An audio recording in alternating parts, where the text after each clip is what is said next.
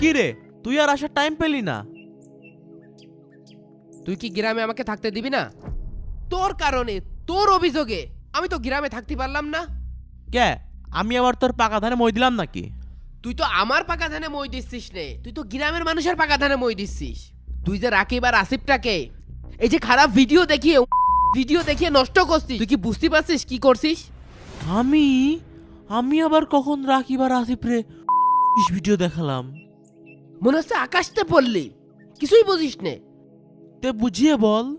শোন, আমি তোর চরিত্র সম্পর্কে A to Z জানি। তুই কোন জায়গাটায় কার সাথে কি গুটু লাইন করিস, কি ভিডিও দেখে ওই যে ভাটার ভাবিকের সাথে লাইন মেরে বেড়াস, সেটা আমি অনেক ভালোভাবেই জানি। এত ভালো আমার কাছে সাজিস নে, মনে হচ্ছে আকাশ থেকে একদম নিষ্পাপ হয়ে পড়লি, কিছু জানিসই নে।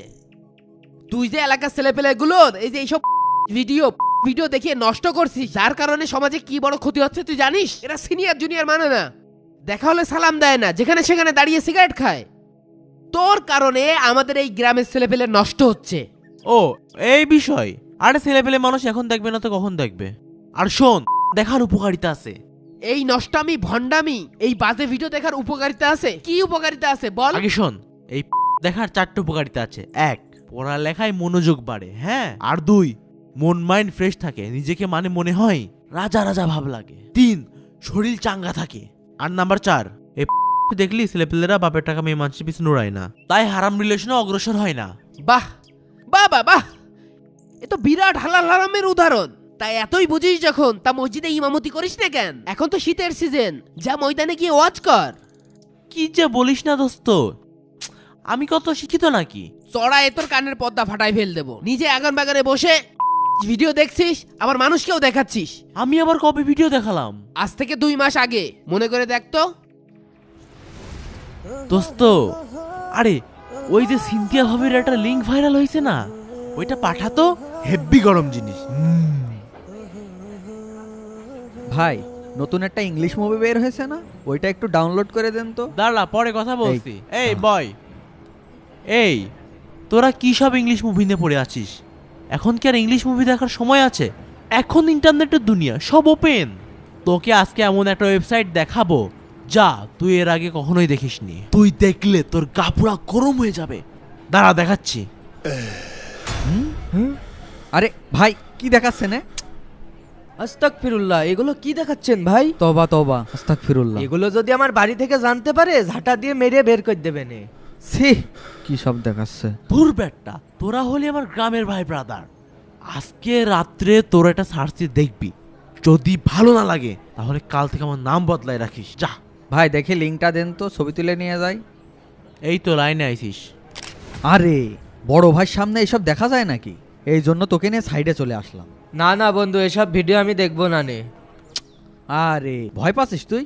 শোন, তুই আজ রাত্রি বই নিয়ে পড়ার নাম করে আমার বাড়ি চলে আসিস, দুইজন একসাথে দেখ। ঠিক আছে, তাহলে আজকে তাড়াতাড়ি আসবানে বন্ধু, চল তাহলে। এ শাকিল, এই হ্যাঁ ভাই, মোটরের সুইচটা অন কর, সাথে পানি দিতে হবে। দিচ্ছি দাঁড়ান। কিরে বন্ধু, কেমন আছিস? এই তো ভালো আছি, তুই কেমন আছিস? আমি ভালো নেই রে। কেন, কি হয়েছে? আর বলিস না, ছোট ভাইটা দিন দিন নষ্ট হয়ে যাচ্ছে। দিন নাই রাত নাই, ঘুম নাই খাওয়া নাই, সারাদিন খালি মোবাইল আর মোবাইল। মা বাবার তো কোনো কথাই শোনে না। আর কি বলবো, ভিডিও দেখতে দেখতে চেহারা স্রোতটা একদম বুনোর মতো হয়ে গেছে। আচ্ছা, এইরকম অবস্থা? কয়েক বছর আগেও তো আমাদের গ্রামের অনেক প্রশংসা ছিল, বাইরের লোকজন এসে বলতো আপনাদের গ্রামের মতন ভালো গ্রামই হয় না, আর এলাকার ছেলেপেলেও তো খুব ভালো ছিল। কিন্তু তোর ভাই এইসব গ্রাফি শিখলো কিভাবে? আর বলিস না, ওই যে উত্তর পাড়ার সাবদার কাকার ছেলে রকি এই কাজটা করেছে। তোরই তো বন্ধু ছিল, তুই একসাথে পড়েছিস। ওই যে মোটা মতন ওই হ্যাঁ রকি। হ্যাঁ হ্যাঁ। আচ্ছা, এখন কি করা যায় বলতো বন্ধু? তুই সরাসরি রকির বাপকে গিয়ে বল, না রকিকে বল? আর বন্ধু বলিস না, তুই তো জানিস রকি রাজনীতি করে। তুই রকিদের বাসায় যা, যাওয়ার পরে রকির বাবাকে বল যে আপনার ছেলের কারণে আমাদের এই গ্রাম নষ্ট হচ্ছে, আপনার ছেলের কারণে আমার ভাইয়ের অবস্থা খারাপ, আমার ভাই পড়াশোনা করে না।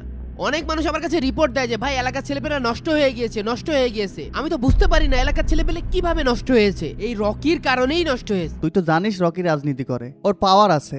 আমি যদি ওরে সরাসরি গিয়ে বলি, ওর বাসায় বলি, পরে দেখা যাচ্ছে আমার উপর প্রভাব দেখাচ্ছে। এখন তুই কিছু একটা কর, আসলে আমার কিছু বলার নেই এখানে। আরে কোথায় রাজনৈতিক পাওয়ার আছে? সব পাওয়ার টাওয়ার কিছু না, সব পাতি নেতার পাওয়ার দেখায় আর ওই মুখ বাড়িয়েই চলে সারা জীবন। আচ্ছা আমি রকির ব্যাপারটা দেখছি, তুই এখন বাসায় যা। আচ্ছা ঠিক আছে, আমি যাই তাহলে। না, এই বিষয়টা হালকাভাবে নেওয়া যাবে না, আজকে রকিকে ধরতে হবে। এবার কি তোর মনে পড়েছে? এখন কি তুই বুঝতে পারছিস? তোর কারণে আমাদের গ্রামের প্রত্যেকটা ছেলে নষ্ট হচ্ছে। তোর কারণে আমাদের গ্রামে যেসব ছেলেপেলে সিগারেট খেত না, তারা সিগারেট খাওয়া শুরু করেছে।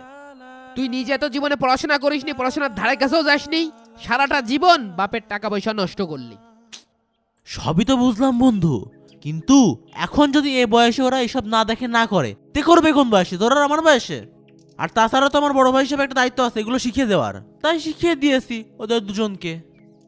শোন ভাই আমার, এই পর্নোগ্রাফির কারণে একটা ছেলে নষ্ট হয়, আর একটা ছেলের কারণে একটা পরিবার নষ্ট হয়, পরিবারের স্বপ্নগুলো নষ্ট হয়। একটা ছেলেকে নিয়ে, একটা যুবক ছেলেকে নিয়ে তার পরিবারের কত স্বপ্ন থাকে তুই জানিস? তার বাবা কত পরিশ্রম করে ওই ছেলেকে প্রতিষ্ঠিত করার জন্য। এই জন্য অশ্লীলতা, বাজে ভিডিও কখনোই প্রচার করা যাবে না।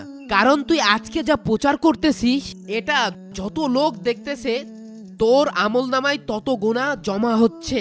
তাই আমরা যদি আমাদের যুবক সমাজদের এইভাবে তিলে তিলে নষ্ট করি, পরবর্তী প্রজন্মে কোনো ভালো নেতা তৈরি হবে না। তাই আজ থেকে এই দেখা বন্ধ কর।